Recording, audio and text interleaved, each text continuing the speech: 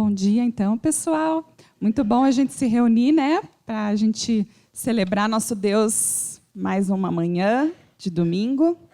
Eu queria compartilhar com vocês algo que me aconteceu essa semana. Acho que é digno de contar, né? Com a igreja, assim, comentar, para a gente poder adorar nosso Deus juntamente. Então, na terça-feira, de repente, eu acordei com o meu olho roxo aqui embaixo, toda essa parte aqui, roxo, um edema, né? E acho que tem médicos aí, o pessoal. E eu não sou assim muito apavorada de ir atrás, assim, né? Falei, vamos ver como é que evolui e tal, né? E aí, durante o dia, piorou, né? E aquilo começou a doer, como se fosse uma sinusite, né? Quando tu abaixa a cabeça, assim. Então, ficou uma inflamação, né, naquele local, assim. E aí, de noite, eu tomei um anti-inflamatório. Eu tinha feito também compressas com gelo, com camomila, né, que a gente sabe que é bom. Até achei que fosse uma conjuntivite no início. Enfim, estava bem dolorido, assim. Daí, na quarta-feira, ainda estava ruim, bem ruim. Daí, um pouco menos dor, porque eu estava tomando anti-inflamatório, né. Na quinta-feira, quem me encontrou durante a semana viu como é que eu estava. Hoje, eu não sei, está um pouquinho ainda inchado, né. Não sei se dá para perceber. Mas, na quinta-feira, então, eu tinha decidido ir no plantão, né? Porque é difícil conseguir uma consulta com oftalmologista, com a minha e tal. E falei, bom, vou no plantão de noite, porque de tarde eu tinha aqui no consultório auxiliar meu esposo. Aí, chegando lá, né, quem eu encontro, o Valcir e a Mari, estão aqui, eu acho. E eles comentando, contei para eles viram, né? Eu falei, que será que é e tal, né? Vou ter que ir no plantão, né, e tal. Aí eles falaram, olha, não sei o que é, mas podemos orar por vocês, por ti, né? E aí eles oraram por mim, o Fábio orou junto e tal, enfim, desde sexta-feira acordei bem melhor, não tomei mais anti-inflamatório, né? Ainda tenho um pequeno nódulo perto da pálpebra ali inferior, mas assim, né? Um dia estava roxo, inchado, 3 dias, na verdade, né? E quando, né? Enfim, recebemos essa oração e Deus curou. E eu queria, então, né, contar para vocês. Mas Deus poderia não ter feito isso, né? E nós estaríamos louvando a Deus da mesma maneira, né? Então, como diz essa música que a gente vai cantar, como o Tiesco falou, né? Deus é Deus, né? Se Deus fizer, Ele é Deus. Se não fizer, continua sendo Deus, né? Então, louvado seja o nome do Senhor. E vamos lá, né? Para a gente adorar nosso Deus maravilhoso.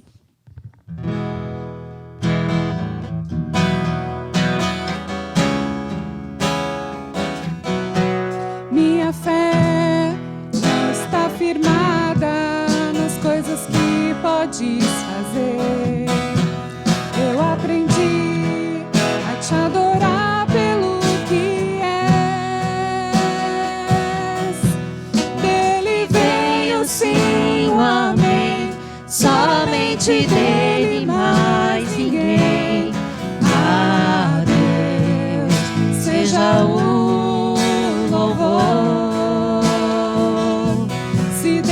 fizer, Ele é Deus. Se não fizer, Ele é Deus. Se a porta abrir, Ele é Deus. Mas se fechar, continua sendo Deus. Se a doença vier, Ele é Deus. Se curado eu for, Ele é Deus. Se tudo der certo, Ele é Deus. Mas se não der, continua sendo Deus. Vamos do início. Minha fé não está firmada nas coisas que podes fazer.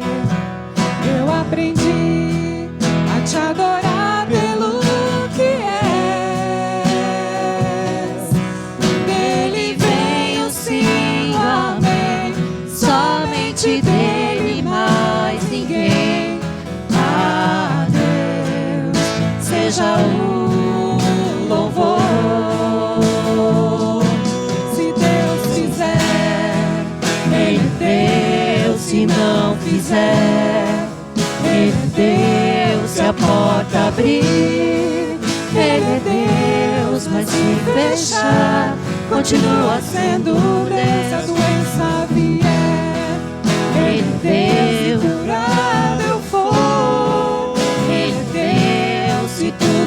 certo. Ele é Deus, mas se não der, continua sendo Deus. Não adoro pelo que Ele faz, eu adoro pelo que Ele é. Haja o que houver, sempre será Deus. Não adoro pelo que Ele faz, eu adoro pelo que Ele é. Haja o que houver, sempre será Deus. Deus fizer a igreja. Ele é Deus, se não fizer, Ele é Deus.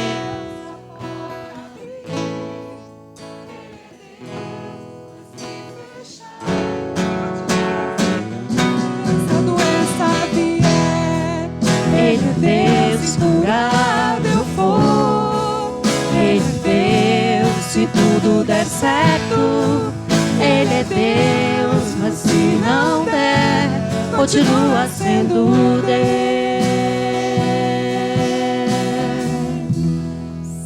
Amém. Agora é o momento das crianças. Vamos lá, galera? Quem quer vir aqui para louvar a Deus também com a gente? A gente vai cantar a música Ressuscitou. Hoje é dia de ceia, né?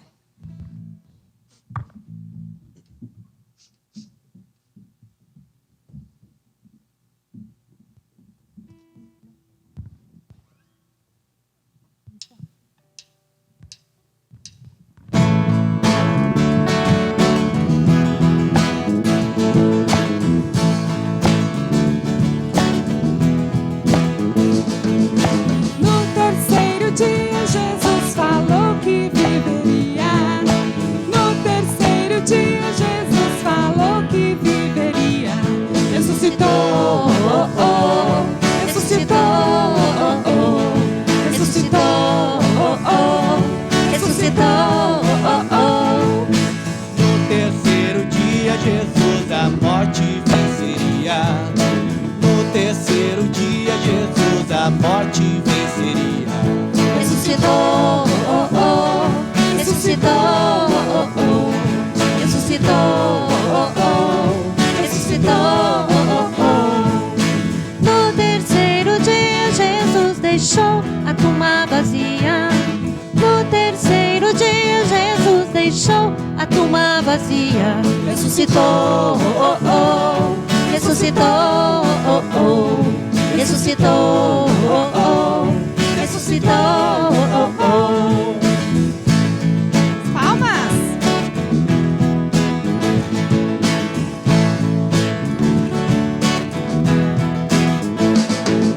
No terceiro dia, Jesus falou que viveria. No terceiro dia, Jesus falou que viveria. Ressuscitou, oh, oh. Ressuscitou, oh, oh. Ressuscitou, oh, oh. Ressuscitou, oh, oh. No terceiro dia, Jesus a morte venceria. No terceiro dia, Jesus a morte venceria. Ressuscitou, oh, oh. Ressuscitou, oh, oh. Ressuscitou, oh, oh. Ressuscitou, oh, oh. No terceiro dia, Jesus deixou a tumba vazia. No terceiro dia, Jesus deixou a tumba vazia. Ressuscitou, oh, oh. Ressuscitou, oh, oh. Ressuscitou, oh, oh. Ressuscitou, oh, oh. De novo. Oh, oh. Ressuscitou, oh, oh. Ressuscitou, oh, oh. Ressuscitou, oh, oh.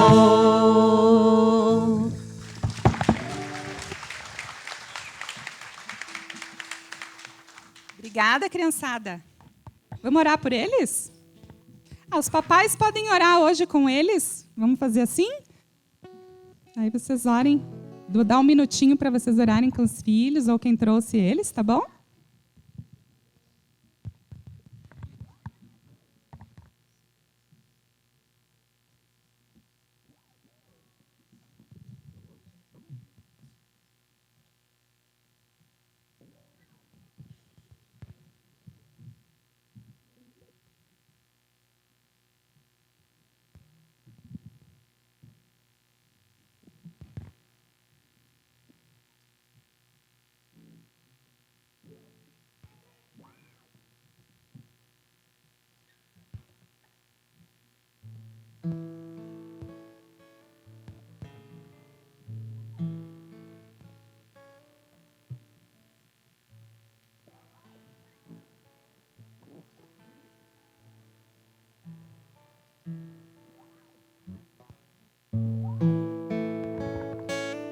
Tu és a luz que brilha sobre a escuridão. Tu és a paz que acalma todo coração. És o pão do faminto, a força do aflito. E nós somos teus pés e tuas mãos.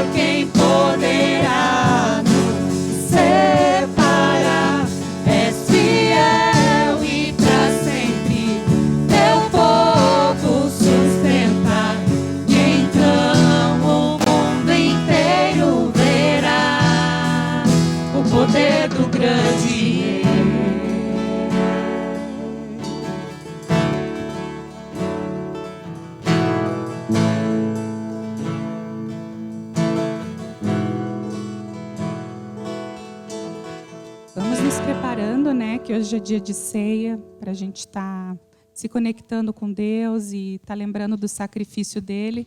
Essa música a gente cantou, né, a primeira vez 15 dias atrás, e hoje a gente vai cantar novamente. E ela fala, né, que Jesus é o Cordeiro de Deus que tira o pecado do mundo, mas ele não está mais, né, crucificado, nem morto, ele ressuscitou, ele venceu a morte. E é esse Deus, né, que a gente vai celebrar hoje. E vamos estar lembrando disso, para a gente estar glorificando esse Deus que vai nos salvar e nos resgatar. Amém?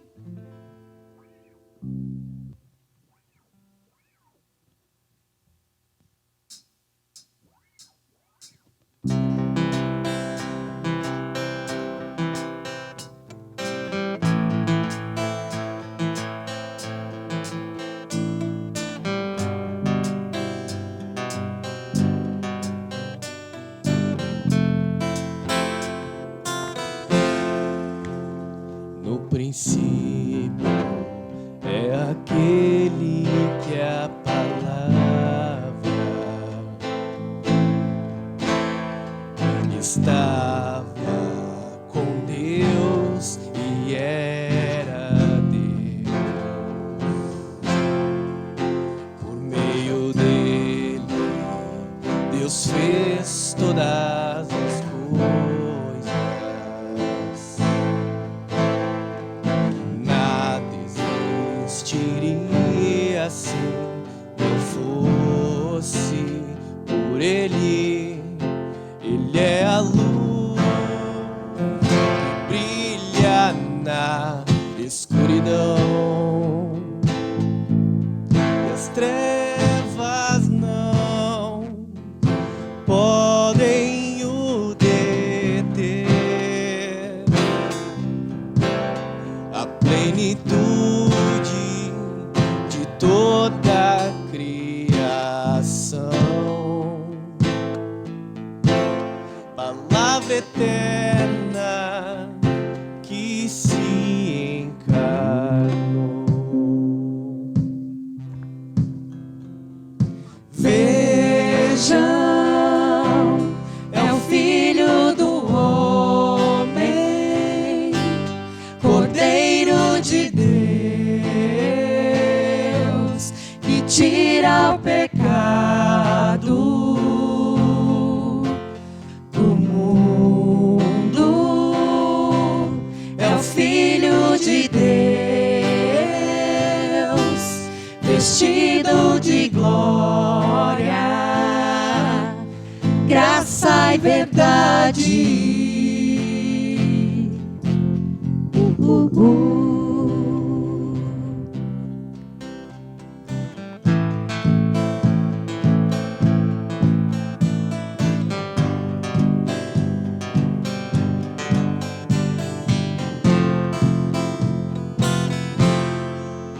Ele é a luz que brilha na escuridão, e as trevas não podem o deter. A plenitude de toda a criação, palavra eterna que se encarnou.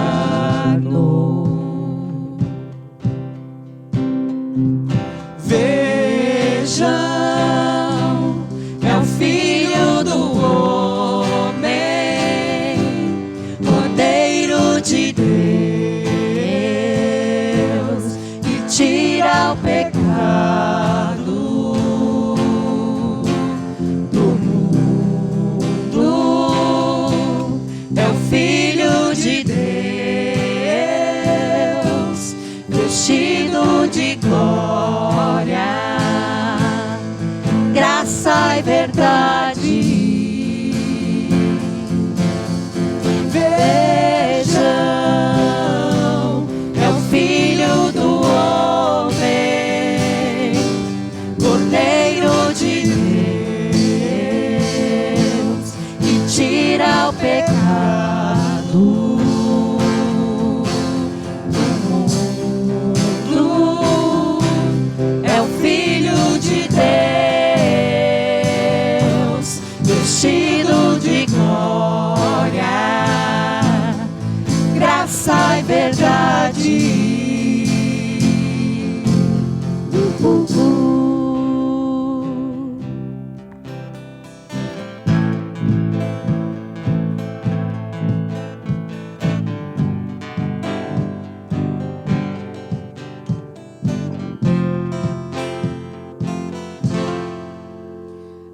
Senhor. Nós queremos te adorar, te louvar e te engrandecer, Pai. Obrigada pelo teu sacrifício na cruz, Senhor, em nosso lugar, Deus. E hoje, Senhor, o Senhor está vestido de glória, Senhor, de graça e de verdade, Pai. Que nós possamos, Deus, viver para Ti. Perdoa, Senhor, os nossos pecados. E que possamos, Deus, sempre estar de coração arrependido, Deus, diante de Ti. E que o Senhor transforme as nossas vidas, Pai, para a honra e glória do Teu nome. Fala conosco esta manhã, Senhor. Cuida das crianças também que vão estar lá em cima, tendo tempo delas, Pai, e abençoa toda a nossa celebração, Senhor. Em nome de Jesus que nós oramos. Amém. Bom dia. Muito bom estar de volta depois de um tempo de férias e ver esse salão cheio, vocês animados. Isso é muito bom estar de volta. E nós vamos continuar na nossa série de Atos. Então eu quero convidar você a abrir a sua Bíblia lá em Atos, capítulo 21, versículos 7 a 36. O nosso tema hoje é sonhos despedaçados. Atos, capítulo 21, de 7 a 36, dando continuidade aí à nossa série de mensagens baseadas no livro de Atos dos Apóstolos. Eu vou ler aqui na minha Bíblia, você acompanha na sua tradução. Atos capítulo 21, de 7 a 36. Diz assim a palavra de Deus. Demos prosseguimento à nossa viagem, partindo de Tiro, e aportamos em Ptolemaida, onde saudamos os irmãos e passamos um dia com eles. Partindo no dia seguinte, chegamos a Cesareia e ficamos na casa de Filipe, o evangelista, um dos 7. Ele tinha 4 filhas virgens que profetizavam. E depois de passarmos ali vários dias, desceu da Judeia um profeta chamado Ágabo. Vindo ao nosso encontro, tomou o cinto de Paulo e, amarrando as suas próprias mãos e pés, disse: Assim diz o Espírito Santo. Desta maneira, os judeus amarrarão o dono deste cinto em Jerusalém e o entregarão aos gentios. Quando ouvimos isso, nós e o povo dali rogamos a Paulo que não subisse para Jerusalém. Então Paulo respondeu: Por que vocês estão chorando e partindo o meu coração? Estou pronto não apenas para ser amarrado, mas também para morrer em Jerusalém pelo nome do Senhor Jesus. Como não pudemos dissuadi-lo, desistimos e dissemos: Seja feita a vontade do Senhor. Depois disso, preparamo-nos e subimos para Jerusalém. Alguns dos discípulos de Cesareia nos acompanharam e nos levaram à casa de Mnason, onde devíamos ficar. Ele era natural de Chipre e um dos primeiros discípulos. Quando chegamos a Jerusalém, os irmãos nos receberam com alegria. No dia seguinte, Paulo foi conosco encontrar-se com Tiago e todos os presbíteros estavam presentes. Paulo saudou e relatou minuciosamente o que Deus havia feito entre os gentios por meio do seu ministério. Ouvindo isso, eles louvaram a Deus e disseram a Paulo: Veja, irmão, quantos milhares de judeus creram, e todos eles são zelosos da lei. Eles foram informados de que você ensina todos os judeus que vivem entre os gentios a se afastarem de Moisés, dizendo-lhes que não circuncidem seus filhos, nem vivam de acordo com os nossos costumes. Que faremos? Certamente eles saberão que você chegou. Portanto, faça o que lhe dizemos. Estão conosco 4 homens que fizeram um voto. Participe com esses homens dos rituais de purificação e pague as despesas deles, para que rapem a cabeça. Assim todos saberão que não é verdade o que falam de você, mas que você continua vivendo em obediência à lei. Quanto aos gentios convertidos, já lhes escrevemos a nossa decisão de que eles devem abster-se de comida sacrificada aos ídolos, do sangue, da carne de animais estrangulados e da imoralidade sexual. No dia seguinte, Paulo tomou aqueles homens e purificou-se com eles. Depois foi ao templo para declarar o prazo do cumprimento dos dias da purificação e da oferta que seria feita individualmente em favor deles. Quando já estavam para terminar os 7 dias, alguns judeus da província da Ásia, vendo Paulo no templo, agitaram toda a multidão e o agarraram, gritando: Israelitas, ajudem-nos! Este é o homem que ensina a todos em toda parte contra o nosso povo, contra a nossa lei e contra este lugar. Além disso, ele fez entrar gregos no templo e profanou este santo lugar. Anteriormente, eles haviam visto o efésio Trófimo na cidade com Paulo e julgaram que Paulo o tinha introduzido no templo. Toda a cidade ficou alvoroçada e juntou-se uma multidão. Agarrando Paulo, arrastaram-no para fora do templo e imediatamente portas foram fechadas. Tentando eles matá-lo, chegaram notícias ao comandante das tropas romanas de que toda a cidade de Jerusalém estava em tumulto. Ele reuniu imediatamente alguns oficiais e soldados e com eles correu para o meio da multidão. Quando viram o comandante e os seus soldados, pararam de espancar Paulo. O comandante chegou, prendeu-o e ordenou que ele fosse amarrado com 2 correntes. Então perguntou quem era ele e o que tinha feito. Alguns da multidão gritavam uma coisa, outros gritavam outra. Não conseguindo saber ao certo o que havia acontecido por causa do tumulto, o comandante ordenou que Paulo fosse levado para a fortaleza. Quando chegou às escadas, a violência do povo era tão grande que ele precisou ser carregado pelos soldados. A multidão que o seguia continuava gritando: acaba com ele. Uma das coisas mais difíceis da vida é lidarmos com as nossas grandes frustrações. Todos os dias nós lidamos com algum tipo de frustração, né? Existem as pequenas frustrações. Por exemplo, você gostaria de chegar em casa cedo e quando você sai, você pega um trânsito enorme e aí você acaba tendo que ficar um tempão ali. Ou o seu time de futebol perde o jogo e coisas desse tipo. Essas são pequenas frustrações que acontecem no nosso dia a dia. Mas existem as grandes frustrações. Você sonha com algo que com certeza é a vontade de Deus. Por exemplo, você sonha em ter uma família unida. Ou você sonha em ser uma bênção na vida de outras pessoas, evangelizando e discipulando pessoas. É da vontade de Deus que as famílias sejam unidas. É da vontade de Deus que a gente evangelize, que a gente discipule. E você tem esse sonho, você tem esse desejo. E ao longo do tempo, você se dedica diariamente a esses projetos.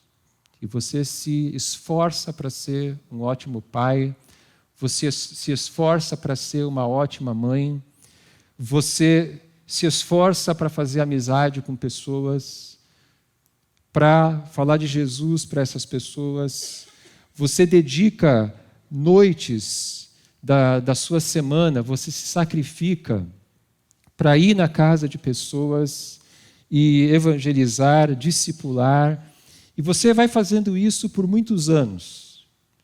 Você vai se dedicando, você vai investindo as suas energias, investindo o seu tempo, e essas são coisas que enchem o seu coração de alegria e que enchem o seu coração de expectativa. E isso traz uma boa dose de sacrifício, e você está disposto a fazer esse sacrifício, porque esses são sonhos que Deus colocou no seu coração e que você deseja que eles se realizem. Eu estou citando esses 2 exemplos de uma família unida, ou de você evangelizar, discipular pessoas, mas o que eu vou dizer aqui pode ser aplicado a qualquer projeto que você tenha para servir a Deus. Pode ter a ver com o seu trabalho, pode ter a ver com missões, seja o que for, qualquer coisa que você deseja fazer para Deus. E aí o tempo passa e quando você chega na minha idade, aí na casa dos 50 e pouco, você se dá conta de que décadas se passaram. E que no fim das contas, às vezes você se dedicou 10 anos, 20 anos, 30 anos, 40 anos a um sonho, a um projeto. E por vários motivos, as coisas começam a desandar. De repente começam a surgir conflitos na família, as pessoas começam a brigar umas com as outras, a se separar. De repente, pessoas que você evangelizou não estão mais na fé, ficaram por um tempo, depois desistiram. De repente, pessoas que você discipulou, que você estudou a Bíblia com elas, vira a cabeça da pessoa e a pessoa passa a seguir uma doutrina que é quase o contrário daquilo que você ensinou para ela. E esses sonhos que você tinha de ver a sua família unida, de ver os seus discipulandos seguindo a Jesus, firmes, cada vez mais maduros, acabam se transformando, podem se transformar, não acontece isso com tudo, mas muitas vezes acontece deles se transformarem em grandes frustrações. E eu queria que você parasse agora e pensasse nas grandes frustrações da sua vida. Quais são as suas grandes frustrações? E quando nós pensamos nelas, pode surgir uma pontinha de mágoa com Deus, uma pontinha de mágoa de Deus. Você começa a se perguntar, por que Deus não me deu aquilo que eu desejei tanto e que é da vontade dele? Não era um pecado, não é que eu queria fazer uma coisa errada. Por que Deus não me deu? Por que Deus permitiu que eu dedicasse tanta energia, tanto do meu tempo, nessas coisas que no fim deram em nada ou deram em quase nada? E grandes frustrações trazem grandes tentações, porque aí você começa a pensar, será que vale mesmo a pena servir a Deus? Será que vale mesmo a pena a gente se dedicar a projetos que talvez não vão dar em nada? E essa era exatamente a situação de Paulo aqui. Hoje eu quero falar sobre esse tema, sonhos despedaçados, e como que a gente pode lidar com essas grandes frustrações da nossa vida.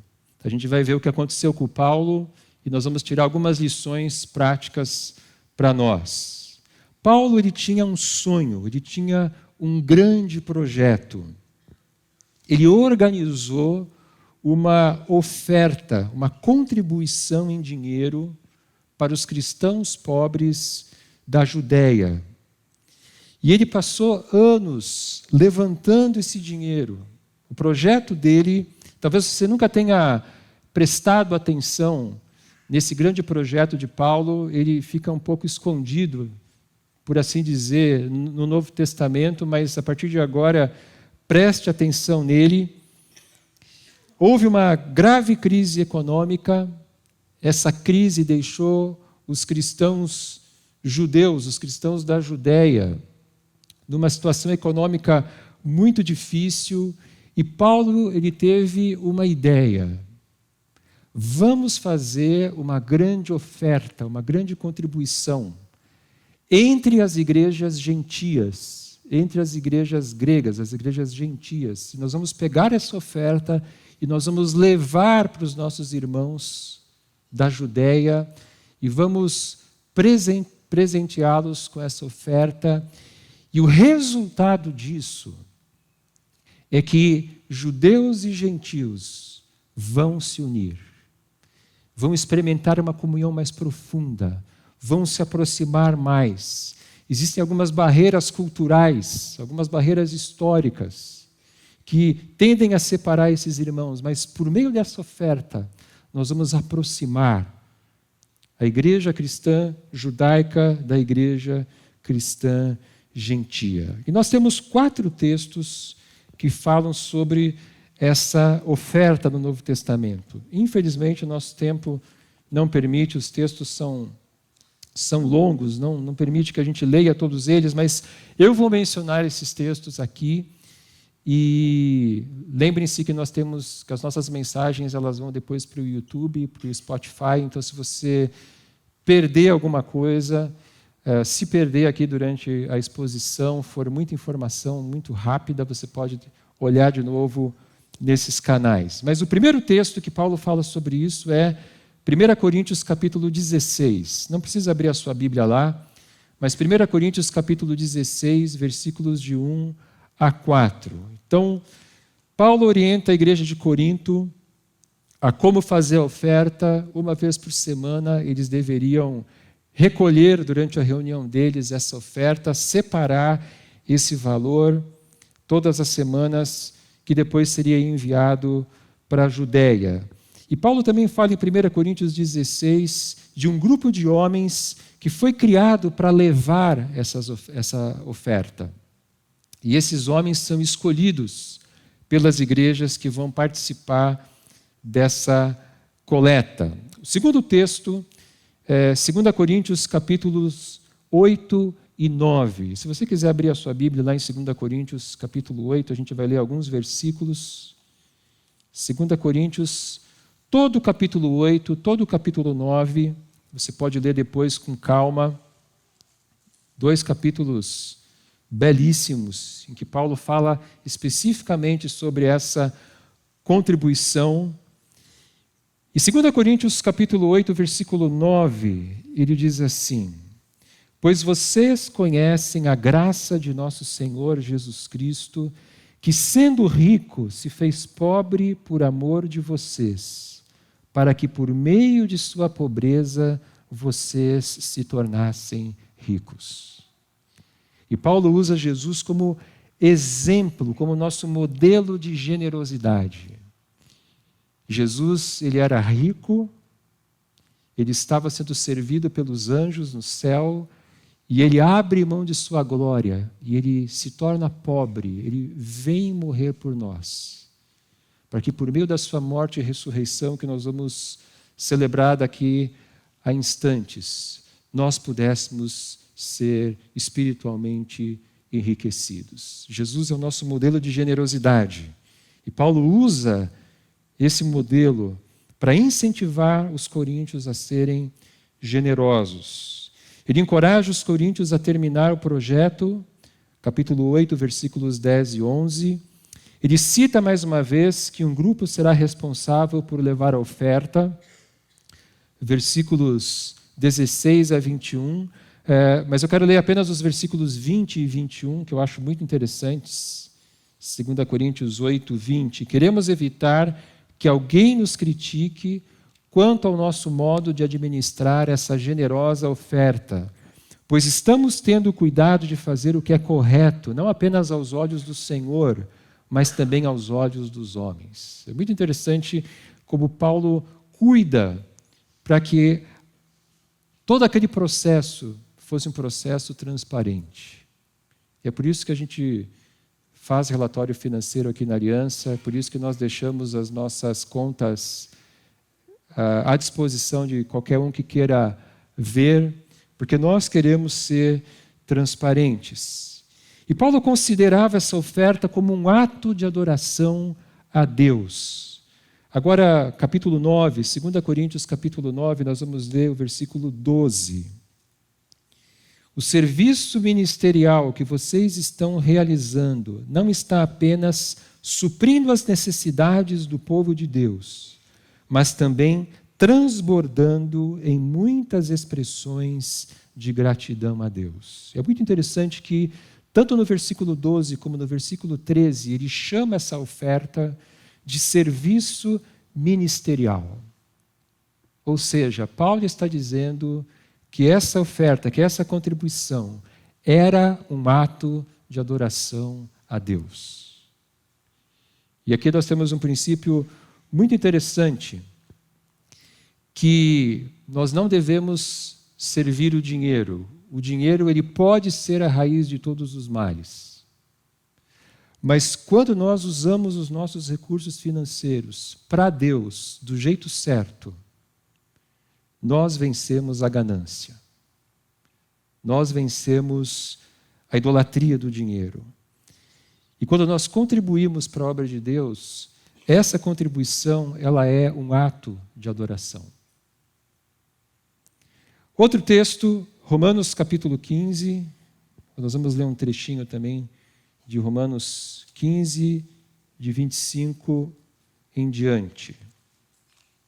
E Paulo, há poucas semanas, tinha terminado de escrever a carta aos Romanos, quando aconteceram esses eventos aqui que nós lemos de Atos 21.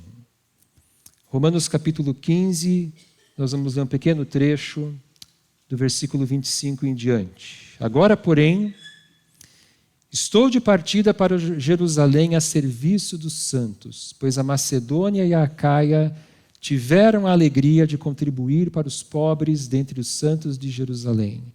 Tiveram prazer nisso e, de fato, são devedores aos santos de Jerusalém. Pois se os gentios participaram das bênçãos espirituais dos judeus, devem também servir os judeus com seus bens materiais. Assim, depois de completar essa tarefa e de ter a certeza de que eles receberam esse fruto, irei à Espanha e visitarei vocês de passagem. Sei que quando for visitá-los, irei na plenitude da bênção de Cristo. Então, os planos de Paulo eram levar essa oferta pessoalmente até Jerusalém, depois ele pretendia visitar a igreja de Roma, depois ele pretendia evangelizar na Espanha, e ele pede oração para que essa oferta seja bem recebida. Então, quais são as expectativas de Paulo? Juntando tudo isso que nós vimos. Os cristãos judeus em Jerusalém receberiam essa oferta com grande alegria. Essa oferta fortaleceria os laços entre os gentios e os judeus. E depois de entregar essa oferta, Paulo então iria visitar Roma e visitar a Espanha, evangelizar na Espanha. Agora, coloque-se no lugar de Paulo. Ele sonhou, planejou, mobilizou as igrejas, formou uma equipe para levar esse dinheiro, correu riscos. Imaginem naquela época, um grupo de pessoas levando uma enorme quantidade de dinheiro, a pé, a cavalo, de barco, uma distância enorme entre a Grécia e a Judéia. Não existia transferência bancária, não existia Pix. Imagina os riscos de serem assaltados. E em Cesareia, nós lemos em Atos capítulo 21, se quiserem voltar para Atos 21, em Cesareia, Paulo recebe a visita de Ágabo, que profetiza que ele seria preso. E muitas vezes a gente se pergunta assim, poxa vida, mas por que Paulo foi para Jerusalém? Por que ele não escutou Ágabo? E Ágabo não foi dizer para ele que ele não deveria ir, ele foi dizer o que iria acontecer. Agora, eu digo para vocês, Paulo jamais perderia a oportunidade de ver essa oferta sendo entregue pessoalmente. Ele queria ver a reação, a alegria, a gratidão dos cristãos judeus. Nada impediria ele de ver a entrega pessoalmente dessa oferta. Essa era a expectativa de Paulo. Agora vamos ver a realidade. Paulo em Jerusalém. Qual foi a realidade? Lucas nos conta que eles foram recebidos com alegria, versículos 17 a 19. Mas até aí, qualquer visitante que chegasse seria recebido com alegria. Mas o que é chocante aqui em Atos capítulo 21 é que Lucas não diz nada sobre como a oferta foi recebida. há um silêncio constrangedor no ar. A impressão que nós temos é que Lucas ele prefere não mencionar os detalhes desse encontro que parece que foi decepcionante. Eles devem ter se alegrado, devem ter agradecido, mas não teve o efeito que Paulo esperava que tivesse. E sabe quando você vai conversar com alguém sobre um assunto que para você é muito importante, e aí você senta com a pessoa e você fala daquilo, e aí você olha para a pessoa e você percebe que ela te ouviu, mas ela está mais preocupada com outra coisa. E que aí ela começa a falar dessa outra coisa, que ela está muito mais interessada e muito mais preocupada do que com aquilo que você trouxe. Foi isso que aconteceu na conversa com o Tiago e com os presbíteros. Eles escutam Paulo, eles agradecem a Deus por todas as coisas que Deus havia feito através de Paulo, mas aí Tiago diz para ele: olha, Paulo, graças a Deus, que bom, glória a Deus, mas tem um problema. Tem um problema sério aqui. Tem alguns judeus, e é interessante que Tiago diz, judeus que creram, que eram cristãos. E esses judeus, eles são zelosos da lei. E eles estão indignados com você. E eles estão dizendo que você ensina os judeus que vivem fora da Judéia a viver como gentios, a não circuncidar os seus filhos, a não cumprir as coisas da lei. Então vamos fazer o seguinte, para a gente tirar essa impressão ruim, faz um voto com esses outros 4 judeus que vão fazer esse voto. A gente não tem tempo para entrar em detalhes aqui, mas esse era provavelmente um voto de Nazireu. Números capítulo 6 fala sobre isso. E enquanto durasse esse voto que o judeu fazia, ele não podia cortar o cabelo.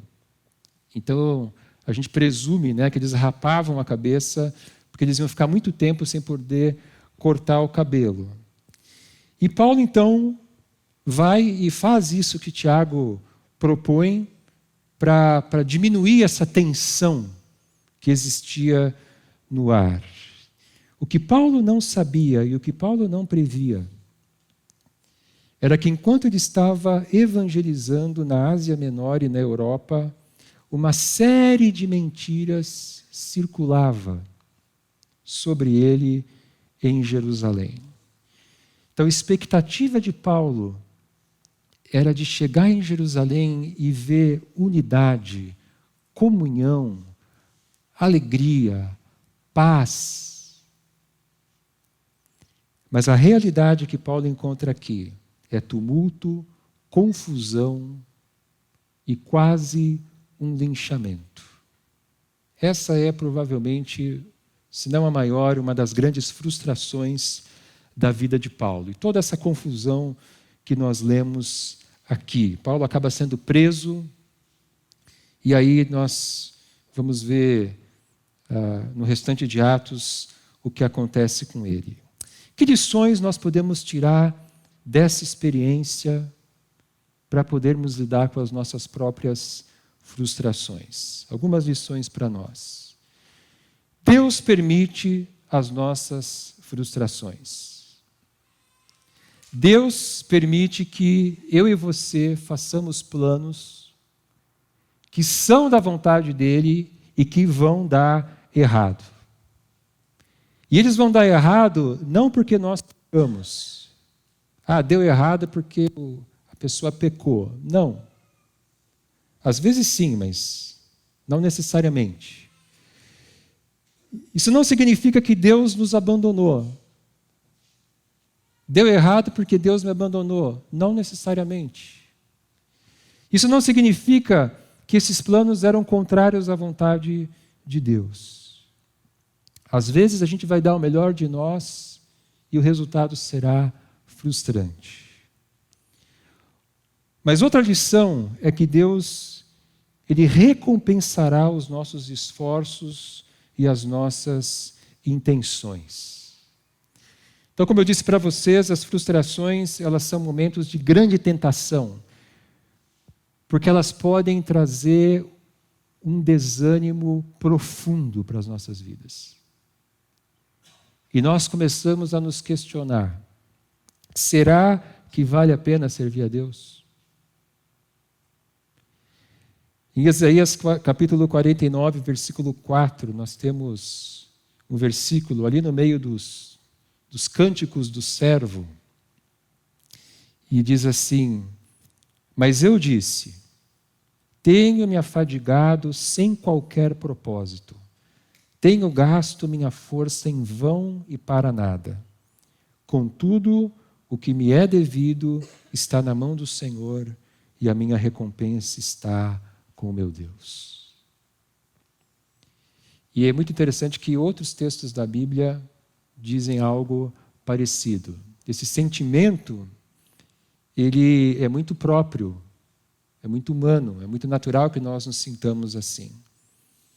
Mas Deus recompensará os nossos esforços. Ainda que alguns dos nossos planos fracassem, ainda que alguns dos nossos sonhos sejam despedaçados, Deus recompensará a nossa fidelidade. Outra lição é que frustrações exercitam a nossa fé. E é muito interessante, lendo a continuação de Atos, que Paulo não desiste. Paulo continua confiando em Deus, ele continua com o seu propósito de evangelizar. Paulo finalmente chega em Roma, Atos capítulo 28, não do jeito que ele havia planejado, quando ele escreveu a carta aos romanos, mas ele chega preso, e quando ele chega em Roma, ele aluga uma casa, ele é um preso especial, ele aluga uma casa e ele começa a evangelizar. Grandes frustrações geram perplexidade. A gente fica meio desorientado, fica meio confuso. Grandes frustrações trazem luto. É um forte sentimento de perda. A perda do sonho que não se realizou. Eu imagino que Paulo ele tenha passado por esse período de perplexidade, por esse período de luto. Ele ficou 2 anos preso em Cesareia, e naquela prisão ele pôde então processar todas essas coisas. Mas Paulo cria num Deus soberano. E ele sabia que, mesmo não entendendo os planos de Deus, Deus tinha um propósito. E aquilo que ele tinha escrito aos Coríntios ainda era verdade. 1 Coríntios 15, 58. Portanto, meus amados irmãos, mantenham-se firmes e que nada os abale. Sejam sempre dedicados à obra do Senhor, pois vocês sabem que no Senhor o trabalho de vocês não será inútil. Eu não entendo o que Deus está fazendo, mas eu confio que meu trabalho para o Senhor não será inútil. Mantenham-se firmes e que nada os abale. Essa é uma das grandes qualidades de Paulo. Paulo era um homem que não desistia. E ele é um exemplo para nós. E lembrem-se, por que Paulo não desistia? Porque ele teve um encontro com Cristo no caminho de Damasco. Ele viu o Cristo ressurreto. Ele sabia que Jesus era o Senhor soberano, que estava no controle de todas as coisas. Então eu não preciso entender por que disso, por que daquilo. Eu confio. Cristo está no controle de todas as coisas. E Deus usa nossas frustrações, essa é outra lição, para cumprir os seus propósitos. Se Paulo não tivesse pensado nesse projeto, nós não teríamos 1 Coríntios 16, 2 Coríntios 8, 2 Coríntios 9, Romanos 15, que são textos maravilhosos, textos edificantes, textos que nos abençoam. Se Paulo não tivesse tido esse projeto, ele não teria sido preso E ele não teria dado seu testemunho diante das autoridades judaicas e das autoridades gentias, romanas. Jó capítulo 42, versículo 2 diz: sei que podes fazer todas as coisas, e nenhum dos teus planos pode ser frustrado. Os planos de Deus não podem ser frustrados. E aqui nós temos um mistério, que de algum modo os nossos planos frustrados fazem parte dos propósitos de Deus que nunca são frustrados. Os nossos planos frustrados fazem parte do propósito de Deus que nunca será frustrado. E uma das coisas que Deus faz também nas nossas frustrações é que Ele nos ensina a humildade e a dependência dEle. Se tudo que a gente fizesse desse certo, a gente seria arrogante. A gente não dependeria de Deus. Para concluir, algumas coisas mais práticas ainda, alguns passos mais práticos para nós. O que eu faço, Olavo? Entregue as suas frustrações a Deus em oração. Eu tenho a minha pequena coleção de grandes frustrações, imagino que você também tem a sua. E uma das coisas que as nossas grandes frustrações fazem, elas gostam de nos visitar. De vez em quando elas aparecem. E aí vem aquele peso, vem aquela tristeza. O que a gente faz? A gente ora. E a gente coloca diante de Deus. Depois você lê em casa o Salmo 89. Mas, como eu disse para vocês, em toda a Bíblia a gente encontra esse tipo de lamento. Mas o Salmo 89 é um exemplo para nós de alguém frustrado que leva a Deus em oração as suas frustrações. Liberte-se de suas frustrações. Confie que Deus tem um propósito maior em permiti-las. E não viva preso ao passado. Não viva preso ao que não deu certo. O filósofo Kierkegaard, ele tem uma frase: a vida só pode ser compreendida olhando para trás, mas ela só pode ser vivida olhando para frente. E a gente tem que prosseguir, a gente não pode ficar preso ao passado. Não desista, continue servindo a Deus fielmente. E aí Paulo se torna um grande exemplo para nós. Continue servindo a Deus, fazendo a vontade dEle. E talvez haja uma reviravolta. O que eu quero dizer com isso? Talvez Deus faça esse seu projeto, que virou uma grande frustração, se cumprir de uma forma diferente. Não do seu jeito, mas do jeito dele. Não no seu tempo, mas no tempo dele. Então, Deus, ele é capaz de fazer uma reviravolta. De repente você sonhou, você batalhou anos e anos e anos, você deu tudo o que você podia, não deu certo, não funcionou, desandou a maionese. Tempos depois, uma reviravolta. E aquilo que você pensava acontece. Mas no tempo de Deus e do jeito de Deus. Para terminar, vamos abrir a Bíblia lá em Lucas, capítulo 24. Versículos 13 a 26. Nós já estamos entrando na ceia. Mas eu quero fazer uma conexão aqui entre a mensagem e a ceia. A conclusão da mensagem será a introdução da ceia. Lucas capítulo 24, de 13 a 26. Lucas capítulo 24, de 13 a 26. Naquele mesmo dia, 2 deles estavam indo para um povoado chamado Emaús, a 11 quilômetros de Jerusalém. No caminho conversavam a respeito de tudo o que havia acontecido. Enquanto conversavam e discutiam, o próprio Jesus se aproximou e começou a caminhar com eles. Mas os olhos deles foram impedidos de reconhecê-lo. Ele lhes perguntou: sobre o que vocês estão discutindo enquanto caminham? Eles pararam com os rostos entristecidos. Um deles, chamado Cleopas, perguntou-lhe: você é o único visitante em Jerusalém que não sabe das coisas que ali aconteceram nesses dias? Que coisas? Perguntou ele.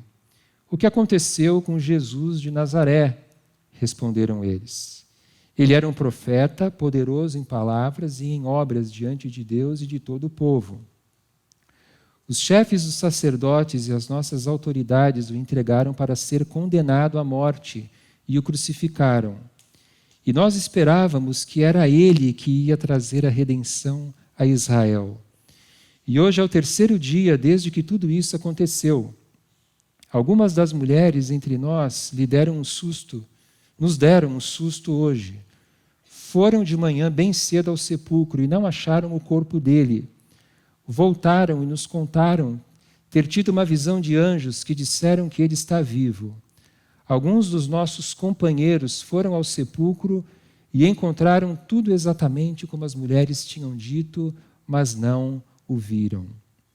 Então ele lhes disse: como vocês custam a entender e como demoram a crer em tudo que os profetas falaram. Não devia o Cristo sofrer essas coisas para entrar na sua glória? E começando por Moisés e todos os profetas, explicou-lhes o que constava a respeito dele em todas as Escrituras. E agora eu vou falar uma frase aqui que nem o Francesco faz. A maior frustração da história se transformou na grande vitória.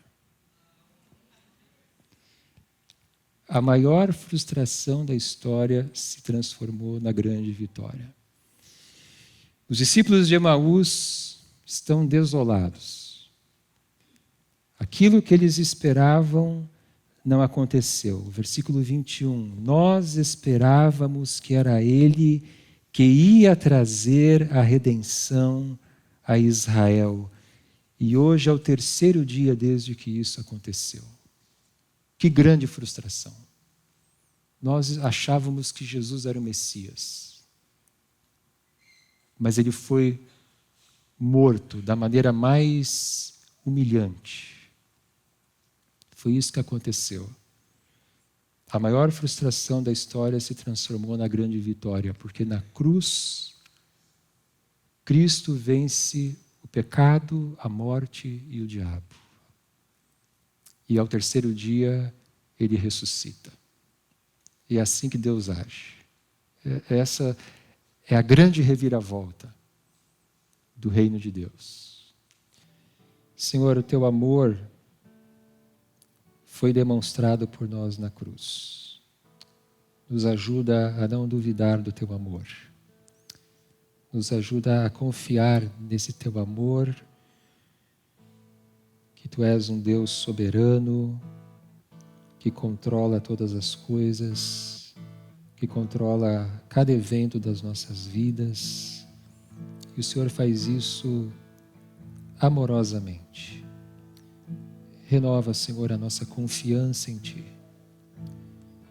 E que nós possamos Te servir, independente dos resultados ou das coisas que aconteceram, mas que nós possamos, como Paulo, continuar Te servindo até o último dia das nossas vidas. Te agradecemos em nome de Jesus. Amém. Amém? Meus queridos, por causa do horário, nós não vamos ter a música final. Deus abençoe a sua vida grandemente, uma ótima semana.